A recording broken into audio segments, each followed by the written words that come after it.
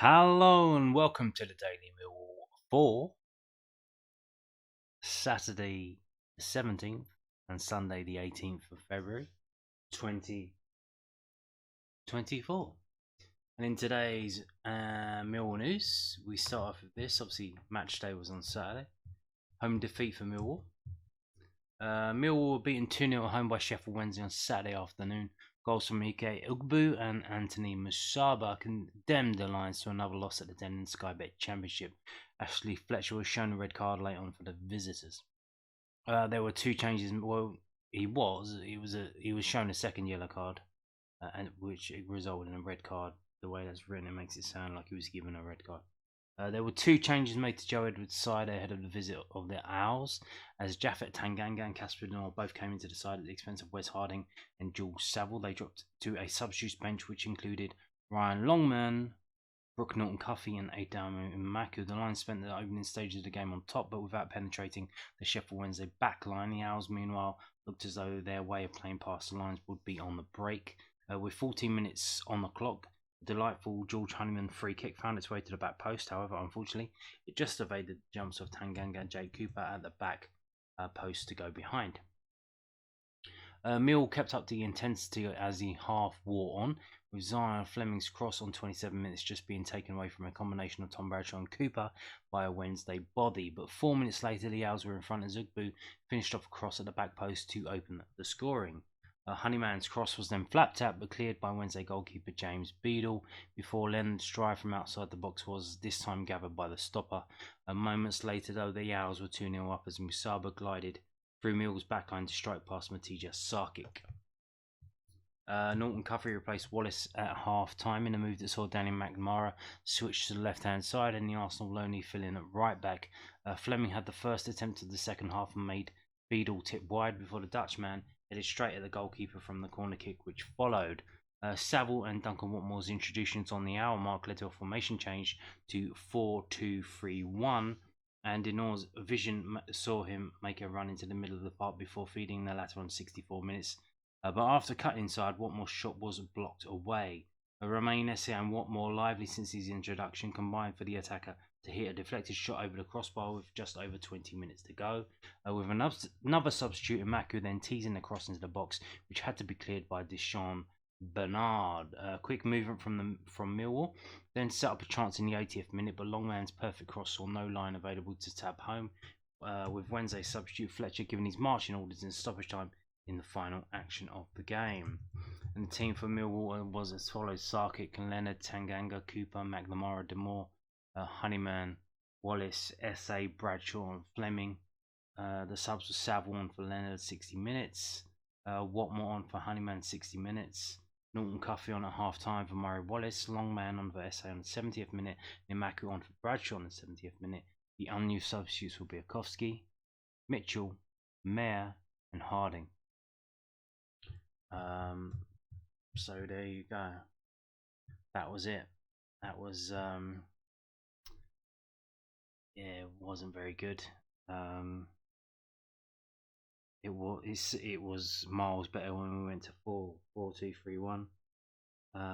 But never really looked like scoring. Like in the first half, one of the main chances was the ball was played down the channel to Tom Bradshaw to run on, and then he looks up to cross it in. Oh no, there's no one to cross it into because he's the striker and he's the one running into the channel to get the ball, the through ball, to try and then do something with it, and he can't cross it in because no one's in there. And Fleming finally, like after a bit of a stutter, like Bradshaw's like holding it up. Fleming then starts running towards the back post. Bradshaw tries to put the cross in, but obviously there's the goalkeeper, there's two other defenders. It's easy to cut out. It's just a waste, very isolated, and a massive waste. Playing one up front against a team that wasn't very good early in the season. That hasn't been very good until recently, and that's in the relegation zone. And we were at home, and we're still playing five at the back and one up front. in a must-win game. In a must-win game, you play one up front. Now, obviously, we only have one striker, fit striker. Obafemi wasn't on the bench, as you just saw there. But you've got to get someone there. You've got to find someone. You've got to do something. Apparently, Longman can play a striker. Watmore can play as a striker. If we can't do the full 90 minutes, then you just change him out. Do what you need to do. Like you've got a Maku there. He's on the bench. So it's literally like, it's literally like dictated. Oh, he can do 20 minutes. Was a sports scientist said that he can do 20 minutes. Yeah, it's not very good. Now this video is being filmed at 1:55 a.m. Monday morning, Sunday night, and as I'm recording this, there has been no announcement that Joe Edwards has been fired. After the game, I'm checking my phone. Has he been fired yet? Nope. On the train home, checking my phone. Has he been fired yet? Nope. Get home, turn YouTube on, see that that Millwall podcast are doing a live stream. Like, oh, breaking news. Has he been fired? I'm like, oh no. It's like that was so bad, and we reached the zenith point, the turning point, the point of no return. What do they call it? The vanishing point. I think there is a term in like nuclear thermodynamics, where point of chain reaction, something like that. Some kind of that you can't turn back now. You can't stop it. It's done. The guy's cooked. He was unproven as a professional manager in the men's game. He's now proven he's not good enough. He is as worse as David Tuttle and Nigel Spackman. He's worse than Ian Holloway. He's worse than Steve Lomas. If they keep him on until the end of the season, he's going to be, by the numbers, one of the worst Millwall manager of all time. Yeah, so we're waiting for the announcement. The announcement hasn't been made today. Is there going to be a meeting on Monday, Zoom meeting or a real meeting, and then they're going to announce it then? The only thing maybe it's that. The only other thing I can think of is I'd never heard of this. I've never heard it mentioned, but maybe it does exist somewhere. That in his contract, if the team is in the bottom three after maybe like a certain date, because like being in the bottom three after 1 game, 2 game, 3 games does not really count. So maybe there's a clause in his contract that if the team's in the bottom 3, they can like just fire him without compensation and stuff like that. I don't know. Maybe they're waiting for that.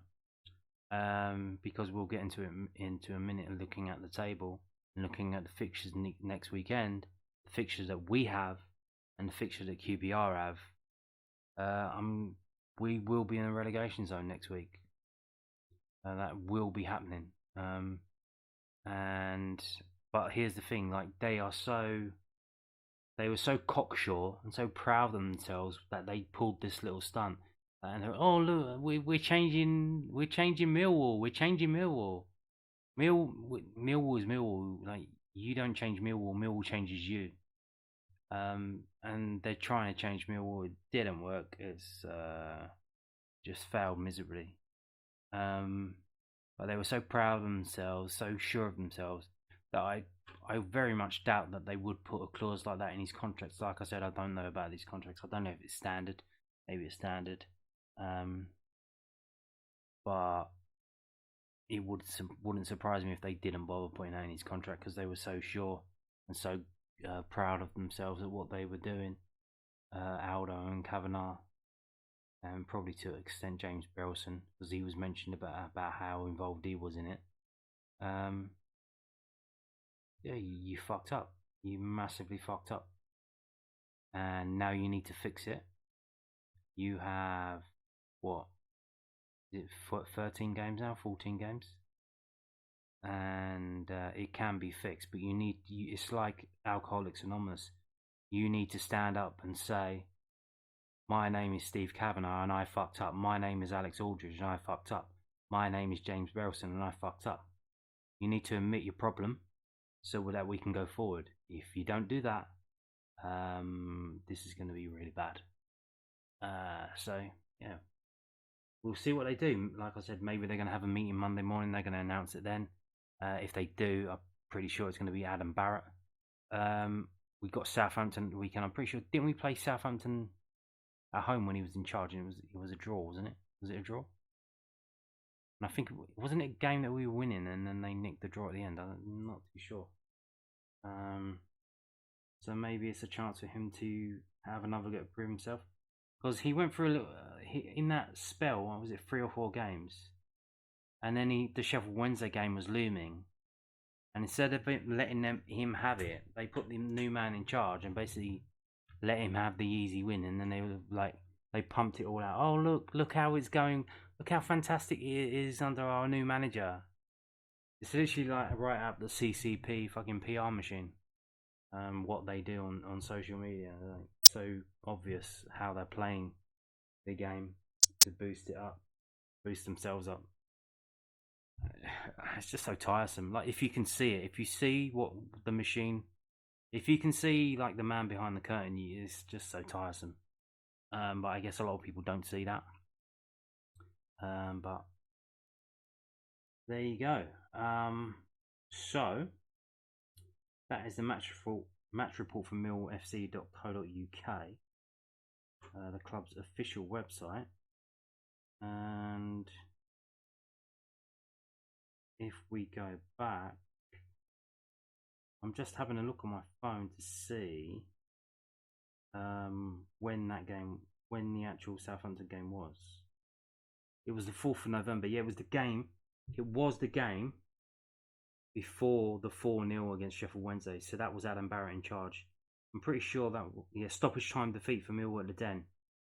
Yeah, so that was a bit of a kick in the teeth for Adam Barrett, because he lost that game. Probably should have been in 0-0. And you think, I'm pretty sure at the time, in the videos I made, I said, like, if he does all right, they'll probably give the job to him.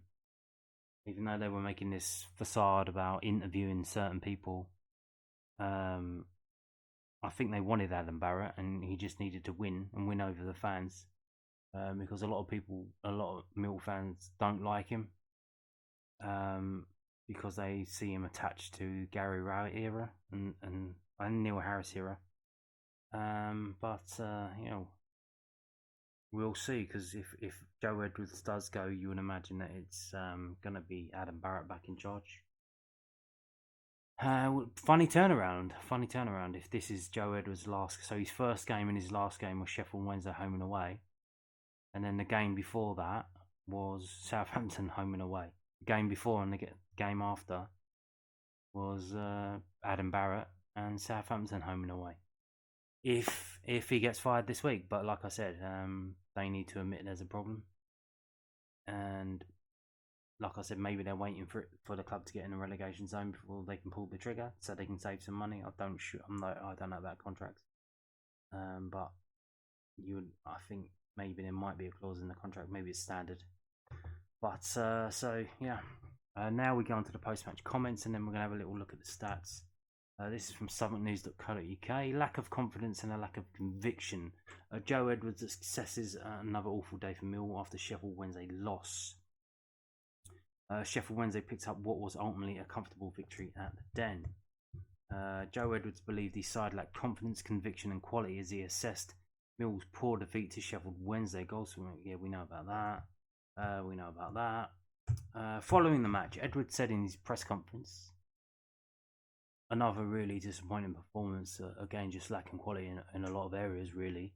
Similar theme to some of the other games, albeit some of the other games in the first part we had a bit more conviction about us when going forward, like against Preston, Borough and Leicester, when we knew we had started well, but then not hanging on to it. But today was just box to box. We didn't really get dominated by Sheffield Wednesday, but when it came to them having an opportunity to hurt us, they had 2 moments and scored 2 goals. The ball across the goal was clean and fast, and they were there to finish it. We're not defending our goal well enough at the moment. It's too easy to score against us out of nothing moments, and then at the other end, although it wasn't domination or good control, we had a lot of the game, particularly in the second half, and still didn't create anywhere near enough. And that's a sign of a team that's going into games with a lot of good intentions, but clearly playing with a lack of confidence and a lack of conviction, which ultimately really presents itself in a lack of quality. We're not doing enough to get results. Millwall have picked up 1 point from a possible 21 following their New Year's Day win at Bristol City, and Edwards was asked how he was going to arrest the slide. He said, for all of us involved, I'll give the players the credit and respect of what I think they're capable of. It's definitely a concerning period for sure. The amount of games we've lost now since New Year's Day and some of the performances for sure. I would never try to sugarcoat it for the players and say it's not concerning, because it is. The reality of being a player or coach or manager at this level is that sometimes it's really tough, and the only way to just stand up, stick together and face it, and you just have to start playing better than we are. So there you go. The players have to play better. Well, good luck with that. I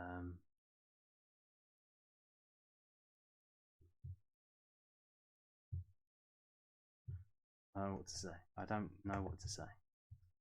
Again from southernnews.co.uk, they've got every right to voice and express their. Mill boss discusses reaction of unhappy fans at the Den following Sheffield Wednesday defeat. Are you unhappy? Are you not entertained? Are you not entertained? Lions supporters were not impressed after another underwhelming display. Yeah. Joe Edwards says that Millwall fans have every right to express their anger at himself and his players as it's a hazard of the job. The Lions slumped to a 2-0 defeat, their fourth loss in a row. They have now been left sitting just 1 point clear of Queen's Park Rangers and Wednesday, both of whom are picking up form and have successfully dragged Millwall into a relegation dogfight. Who predicted that? No one, because everyone else thought that we were the best thing since sliced bread. And we were going to change the way we're playing. Millwall was going to stop being Millwall. And we were going to be Barcelona, Milano. But hey ho, like I said, you don't change Millwall, Millwall changes you. Furious fans booed at half-time and at full-time during the loss at the Den, but did show their support in the second half when the ball was in play and the home side were trying to drag themselves back into the game. Ultimately, Millwall failed to get themselves out of jail after goals by Ike Ugbu and Anthony Masaba in the first half. Asked whether the disgruntled crowd reaction was tough for the players, Edwards said, "It is again, but unfortunately, it's one of the hazards of the job. I mean, you choose to put yourself out there, and you get to live the dream and play football in front of people. When it goes well and the people support you, you get a lot of adulation. It's all great. But when you underperform and people feel like you let them down, they've got every right to voice and express that. And I think you can see in our team that they're playing with a lack of confidence, and we continuously have these spells here at the Den, a place we want to make a fortress. We're having moments where we're going under a bit, and we don't react well, and we have to face up to that and deal with it better. Millwall have now lost 3 of their past 4 home games in all competitions, and they've lost 10 games out of 18 in front of the home fans this season. Asked if the players felt more pressure playing at home, Edwards said, "I've not heard the players say we don't like it or we find it hard playing at home. I've not heard that. When we've had a tough week like we've had for the first 2 games against Coventry and Ipswich, when we come to play Sheffield Wednesday at home on a Saturday to put it right, I did feel a feeling of belief and opportunity. I say this a lot about this group and I'll stand by it. After a horrible night on Wednesday, I then spent Thursday and Friday with them, and they get together and have a meeting themselves, which was really productive. We have meetings together, there's a lot of good intentions and the right things being said, and actions that would give you the feeling that there's a group that really believe in turning things around. But we're not showing it on the pitch, it's as simple as that." So yeah, apparently the players had a meeting. I think it came out before this. It's mentioned here as well, so he mentions it.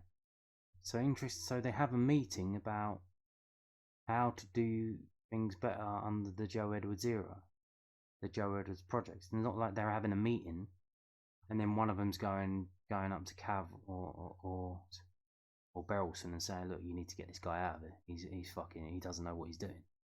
So they seem to be tacitly supporting the manager, but I don't know. It's not really working, is it? And again from southernnews.co.uk, Michael Obafemi, what's happening? Where's he gone? Fantastic bit of transfer dealings we do, huh? We get all these injured players, they're not match fit, they take time to get up to match fitness, and when they do, they then get injured again. What? genius transfer dealings we are exposed to. Joe Edwards explains why Michael Obafemi was missing for a second game running for Millwall. The Lions could have used Burnley Lonely's pace and ability, but did not have him as an option against Sheffield Wednesday. Michael Obafemi's inability to shake off an illness is the reason behind his continuing absence, says Joe Edwards. Burnley Lonely has now missed games against Ipswich Town and Sheffield Wednesday due to an unspecified sickness that is keeping him sidelined. Oh dear, is it long COVID? The Mill boss said, "Oh, he's unwell. He's just unable to shake it off." Again, another disappointment. It's the kind of feeling we've had at the moment of when it rains, it pours. You bring someone like Michael in to hopefully have a really big impact in our team and add some pace and goals. Rusty in his first game, he steps up and looks a bit sharper against Coventry, and then you lose him for 2 important games for an illness. Has somebody checked out Lurch's cooking? Maybe it's what do they call it? Munchausen syndrome. Lurch is poisoning them all. That's why they're getting they're all getting the same injury, hamstring injury. Maybe he's putting something in the food. I don't know. Obafemi, 23, signed on loan from Burnley last month as part of 3 acquisitions Mill made in January. They also signed Jeffet Tanganga on loan from Tottenham Hotspur and bought Adam Mayer permanently from Morecambe. Ah dear. This is again, we've got Southwark News.co.uk. Published on the paper's published on the Thursday if you want to get one of them. Mill boss defends wing-back system as he reflects on recent absences of Brook Norton-Cuffy and Joe Bryan. Joe Edwards was speaking after the Lions' 2-0 home loss to Sheffield Wednesday. So Joe Edwards has defended his wing-back system in the wake of defeat to Sheffield Wednesday. The Lions manager switched to a back 4 at half-time during yesterday's game as he looked to find a route back into the match after the first half goals by Ike Ugbo and Anthony Musaba. The wing-back system that Edwards deploys that can probably be best characterised as a 3-4-2-1 has been the formation he has used the most since arriving at Millwall in November. His first choice left wing-back Joe Bryan has missed the last 2 games due to a retrospective ban he was given after the Coventry City game, while regular right wing-back Brook Norton-Cuffy came on at half-time yesterday, having missed the Coventry and Ipswich Town games through injury. So you're missing your 2 primary players to play that system. Let's just keep playing the system. Hey, asked about the importance of both players to the system, the Mill boss said, "We played well over Christmas and won 2 games over Christmas with Murray at left wing back, and then Joe was coming back from injury. Obviously, they're important players. Brook's been out, comes back today, and it's great to have him on the pitch. As I feel there's been too many times in games over the Christmas period where teams are making subs and it kicks them on. I feel our bench has not been as strong as others." But it was nice to have the likes of Imaku and Longman and Brook on the bench today. But when they come on, you can see Brook's rusty or not in rhythm like it probably was in December.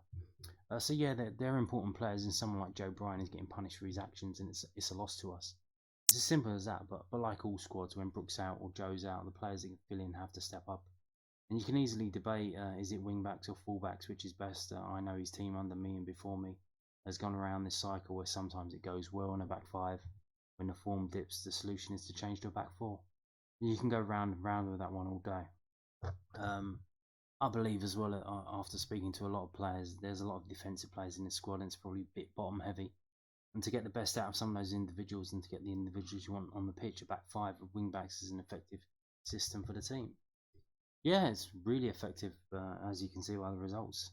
As I said, we've had a good run over the Christmas period where we've won games, kept clean sheets, and we also played some great football against Leicester and Borough with that system. So I'm not going to get too dragged into that debate or that soul searching just yet. So there you go. Basically, same as Gary Rowett, pighead in this. He's just going to keep doing it, even though it's not bringing the results. So, like I said, the people who run the club, he's literally saying he's not going to change it. So you need to change him. Simple as. This time from londonnewsonline.co.uk, the South London Press's online website. Mill boss asked if there are enough strong characters in his squad as Championship drop fears intensify. Mill head coach Joe Edwards has been asked if he has characters in his squad when the Championship going gets tough. The Lions have lost 6 of their last 7 matches and are in deep doo-doo in relegation danger. especially so after QPR's victory at Bristol City moved them to only a point behind the South Londoners. Millwall could drop in the bottom three next weekend when they head to Southampton. The Lions players have been unable to respond to setbacks. The 2-0 defeat to struggling Sheffield Wednesday is the most recent example. Asked if he had enough character in his playing group, Edwards said, "At the moment, we're not responding well as a team on the pitch, that's for sure. Day to day at the training ground, there are some great characters in the way they conduct themselves and try to lead it, try to galvanise it and get us out of this situation. They're a pleasure to work with in comparison to other squads that I've seen, been around or worked with. But the training ground doesn't really get you any points, does it? It has to be seen on the pitch. And at the moment, we're not responding well enough to setbacks. It's a clear fact."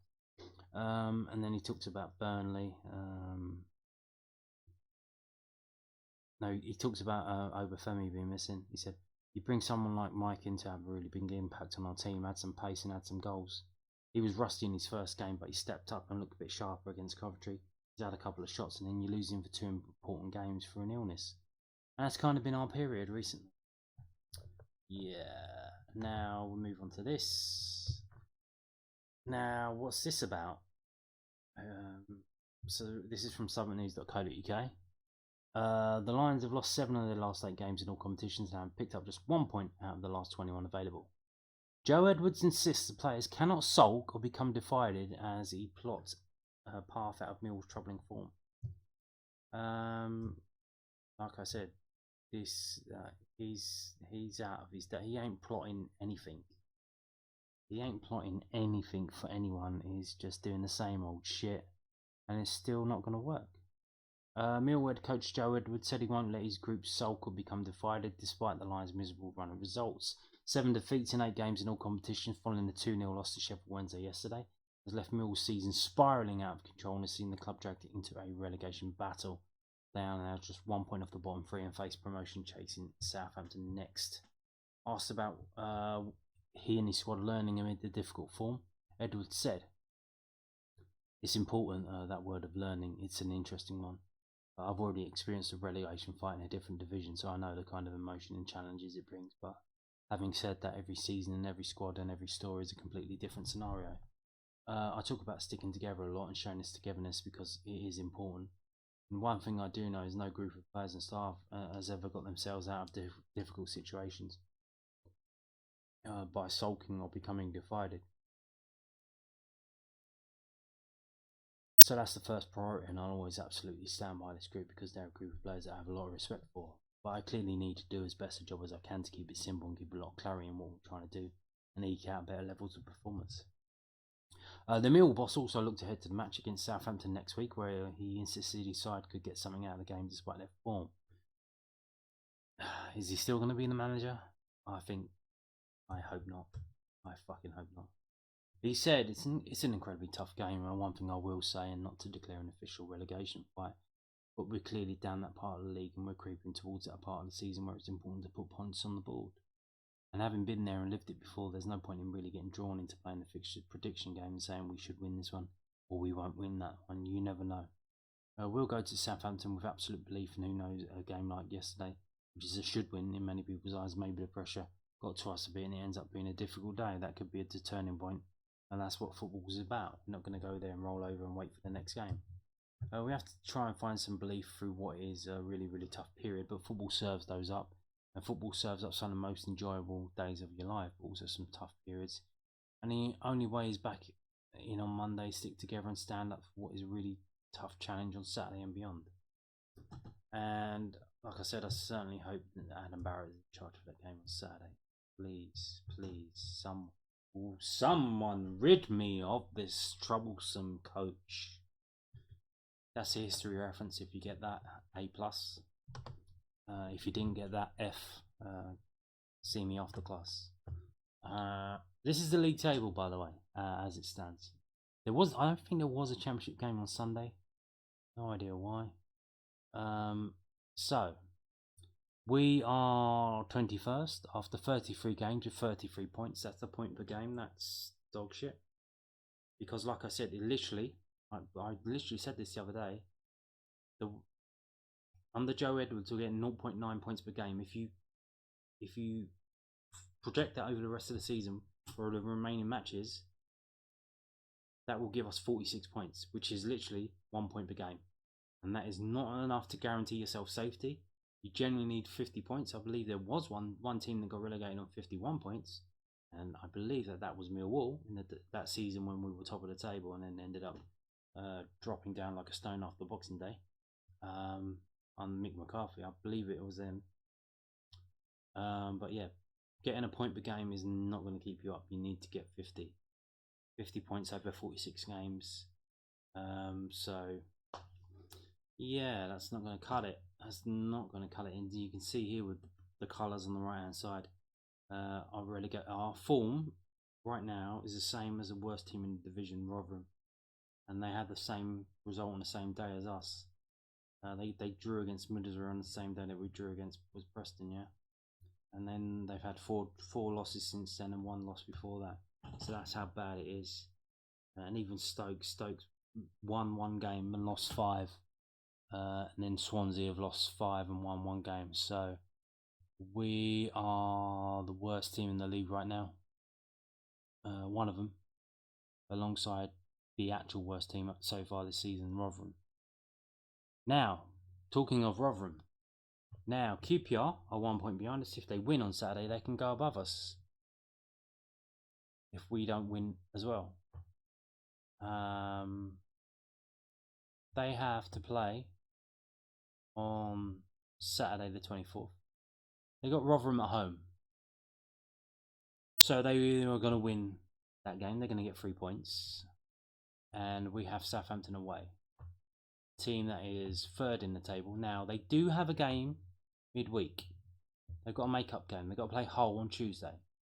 But do you think Southampton have a big enough squad that they could rotate their squad and still manage to beat us or get a draw against us? Almost certainly. Almost certainly. And then they could put the tired players on the bench, bring them off the bench if they needed to, and get the win. It's as easy as that. So yeah, this is good. So guaranteed 100% that Queen's Park Rangers will be on 35 points come next Saturday night, and that means that we will need to win. If we draw, we're only on 34 points, but then that might see us go into the relegation place. But again, Huddersfield, if Huddersfield lose, then QPR will go above. If we draw and QPR win and Huddersfield lose, Huddersfield will go into the relegation place on goal difference, and we will stay where we are. QPR will jump up.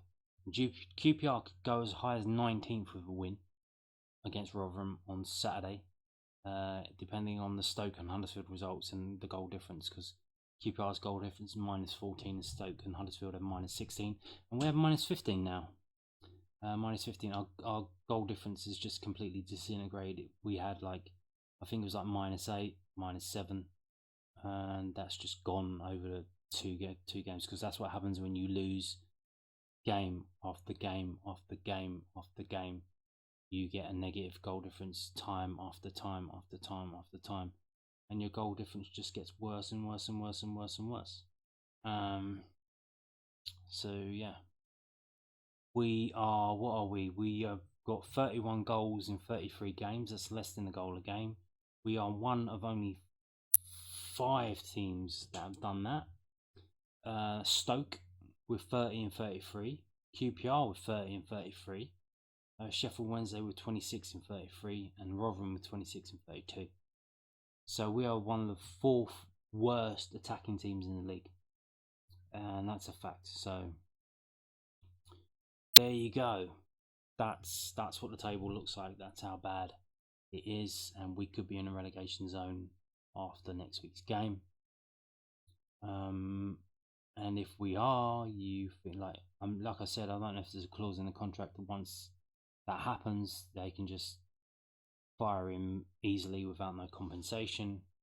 But I think a lot of people have turned already, and they can see this unproven manager has proven that he's not good enough.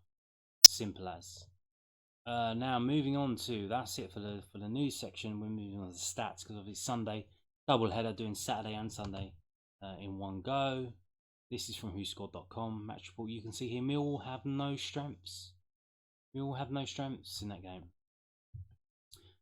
We were poor at finishing, we were aggressive, we lost possession often, we were caught offside often, we committed a higher number of individual errors, we attacked down the right hand side, we favoured through balls.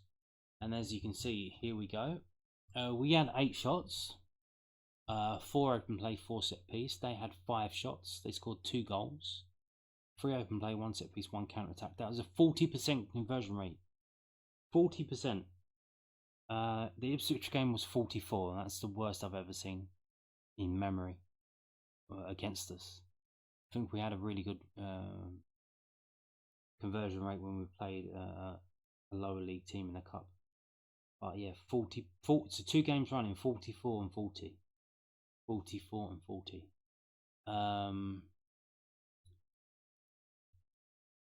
Now, I would say we need a goalkeeper in goal that can stop shots. We don't need one that can play out from the back or who's comfortable with the ball at his feet. We need a shot stopper, and that's Bart. A lot of people saying, well, he's past it. He may not be able to make the saves that he used to make because he's a bit slow, but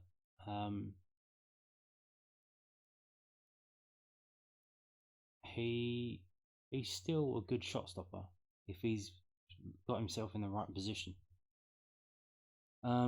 So there is a under 21 game on Tuesday, but it's away. Now, if I was Millwall manager, if that game was at home, I would put Bart in and give him as much time as possible to try and get him match fit. Because we saw when we brought him in with Sarkic that was injured. He took a while to get going, but once he did, he was pretty decent. And then bizarrely, for some reason, Bart was dropped. He didn't make any mistakes. Everything was fine. He was playing well. They drop him, bring this other guy back, and now we start losing. And now we're conceding. Our opposition conversion rate is 44% and 40% 2 games running. And it's not good enough. And you can say you can blame the defenders, but I mean, we need a shot stopper in goal, not a decent, not a keeper who's okay all round. He's okay in making saves. He's okay the ball at his feet. He's okay at coming for crosses. Like Bart might be a bit poor with the ball at his feet, but he's a lot better. He's excellent at shot stopping.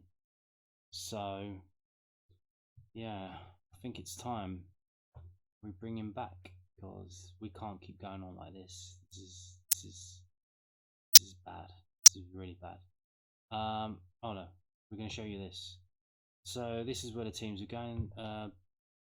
Down the wings, right hand side mostly for both sides. Shot directions, shot zones. Again, we didn't have a shot in the 6-yard box. They had 20% of their shots in the 6-yard box. Action zones, player positions. Now this is interesting. So you can see Sheffield Wednesday seems to be kind of doing like a 4-2-4. I think they were breaking fast and trying to get at us because when we pushed forward too far. But what the fuck is going on with Millwall? Are we trying to overload the midfield because we can see they're doing, because they were playing like a 4-2-4, so we're trying to overload the middle? Or was that a result of the formation change that wide players were brought into the middle? Because this is like the average player position over the 90 minutes, but you've got Murray Wallace there at left back. He was taken off after 45. So yeah, everyone bunched in the middle, and look how far back is Bradshaw is. How far back he is.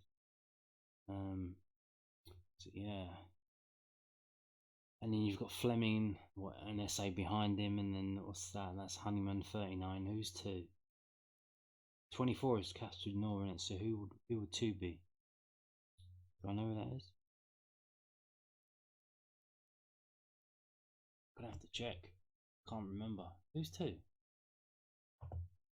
Have they got the numbers here? Who would 2? Leonard's 18. Oh, he's 2 Tanganga. No, it's not, is it? Not too sure. Who is 2? Who are you, number 2? That Danny Mack? That must be Danny Mack. That's why he's in the middle. That's because he was playing on the right for the first half. Second half, he was playing on the left. So they put his average position in the middle of the pitch. So he wasn't really playing in, but he was tucking in quite a lot actually. Sometimes, which was weird to see. But yeah, but the first half was like 46 plus 2 minutes extra time. The second half was like 45 plus 6 minutes extra time. So yeah, there you go. Yeah, weird, isn't it? What can you do? What can you do? I don't know. I'll find the manager. That's what you can do. Moving on to this. So here's the match events. Booking. The Honeyman with his usual rugby tackle on the break. See, we pass it around. We can't string 6 or 7 passes together. It always breaks down after about 4. But then everyone's pushed themselves up, so we get fucked on the counter attack. And Honeyman took a booking by rugby tackling a player. 3 minutes after that, they score.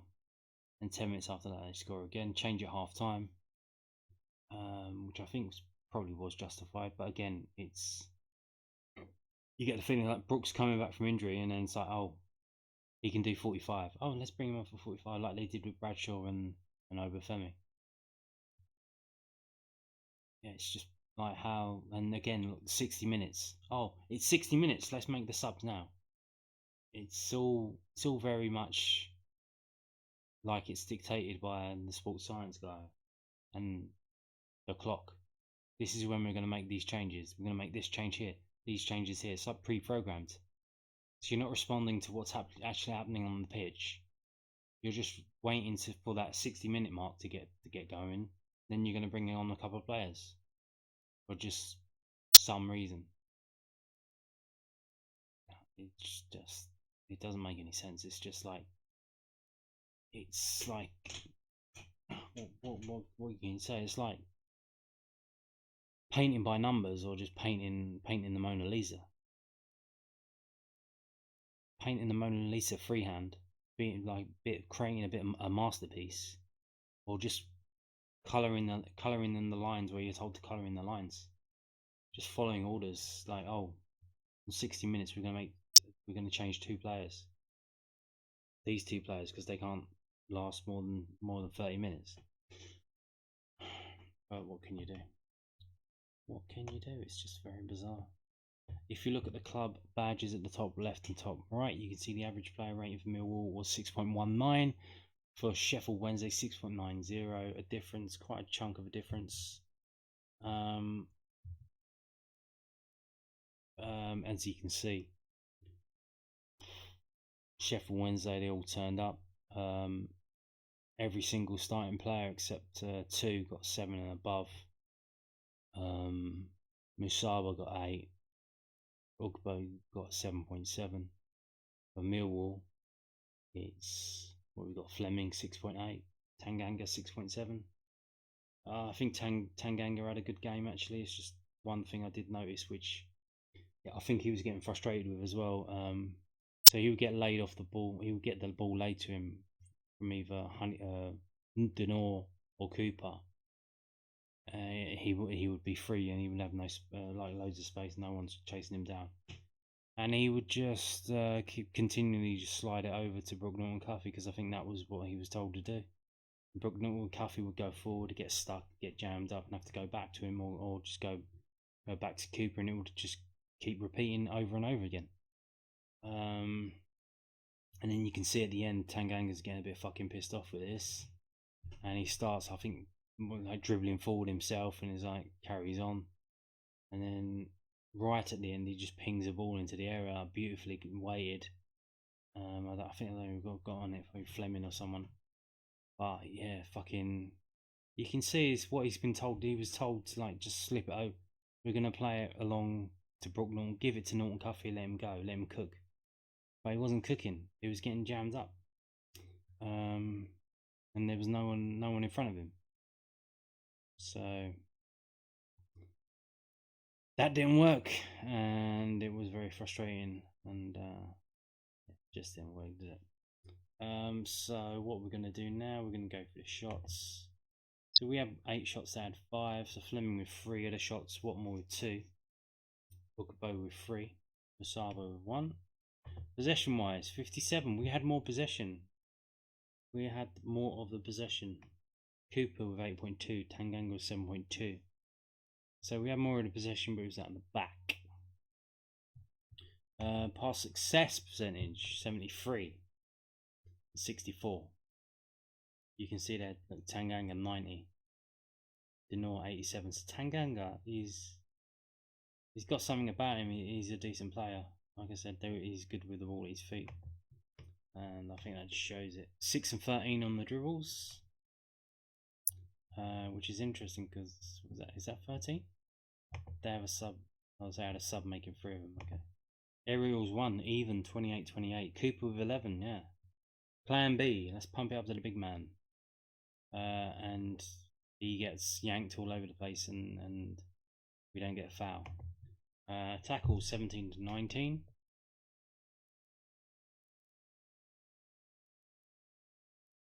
Corners 5-5. These are the players who won the corners.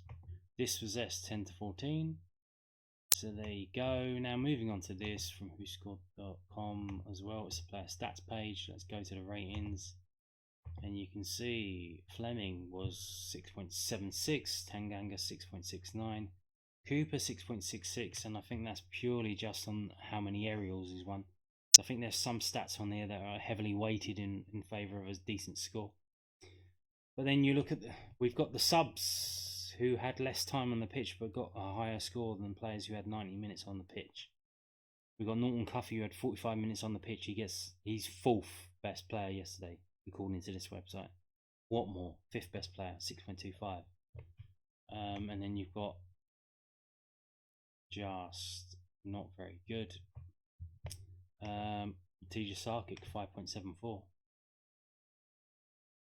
Murray Wallace, 5.93. So what have we got? We've got these players below 6. Honeyman, Leonard, Longman, Murray Wallace, Sarkic. So that's not good, is it? That's not good at all. So we had 8 shots. Remember that? How many were on target? 2. 2 shots on target, and one of them was a powder puff header straight at the goalkeeper. Yeah, it's just not good enough, is it? Just not good enough. If we go to Sheffield Wednesday and have a look at them, where they are here, they had 5. They had 5 shots, 2 shots on target, 2 goals. That, my friend, is so. I've been doing these videos for a while. There's a ratio, which is, for want of a better term, golden ratio. It's basically the number of shots on target should be half of the number of shots you take, and the number of goals you score should be half of your shots on target. So it should half each time. So if you have 4 shots, you should have 2 shots on target and you should have 1 goal. So they overperformed because they had 2 goals. They were massively good going forward. They only had 4 shots. They were clinical. They had 2 on target. Got the 2 goals. That's all it took. That's all they needed, because they worked. They took their time. They went on the break. They put the crosses in at the right time to the flood of players that were attacking. The flood, as we see here, when they were attacking, what were they doing? They were playing 4-2-4, or basically 4-2-4. And now look how deep they are. So they're playing deep, but they were quick, and boom, they were attacking at speed all at the same time. And then what that means is, either if 14's got the ball, 45 got the ball, when he crosses it in, the 3 other players should be in there, and you would think one of them should get on the end of it and have a shot. It's going to be on target. It's going to go in goal. What have we got? We've got Bradshaw playing up front, running down the channel from a through ball from Essay to cross it into himself. because there's no one there, and that's it. That's what we're doing. Because the quickest players we've got aren't playing. Watmore wasn't playing. Maku wasn't playing. They were on the bench, and Obafemi wasn't playing. So there's no pace in the team. So we can't break quickly and get in behind the players and get in behind the opposition and put the cross in. So let's get back to Millwall. So they said in that thing before about offside. So what was happening there? How many offsides were instantly? Oh, if it's not loading, I'm not going to bother. Just wanted to show you this. I'm not going to go through the whole thing, but you can see here the XG. The XG was 0.4 for us, and the XG was 1.2 for them. Like I said, they overperformed. You've got to look at the keeper for that. Like I said, he's not a shot stopper. He's not a better shot stopper than Bart. Is it time to swap him back out? I don't know. Something needs to be done. The primary thing that needs to be done is that the manager needs to be fired. And we'll see if that happens. By the time you watch this, it may or may not be announced. But like I said, it should have been announced Sunday night, Saturday night, or Sunday lunchtime. It wasn't. So we'll see if they actually have the temerity to continue with this facade until the next game, and then wait till we're actually in the relegation zone, and then they'll pull the trigger. But we'll see. And on that note, thank you for watching, and goodbye.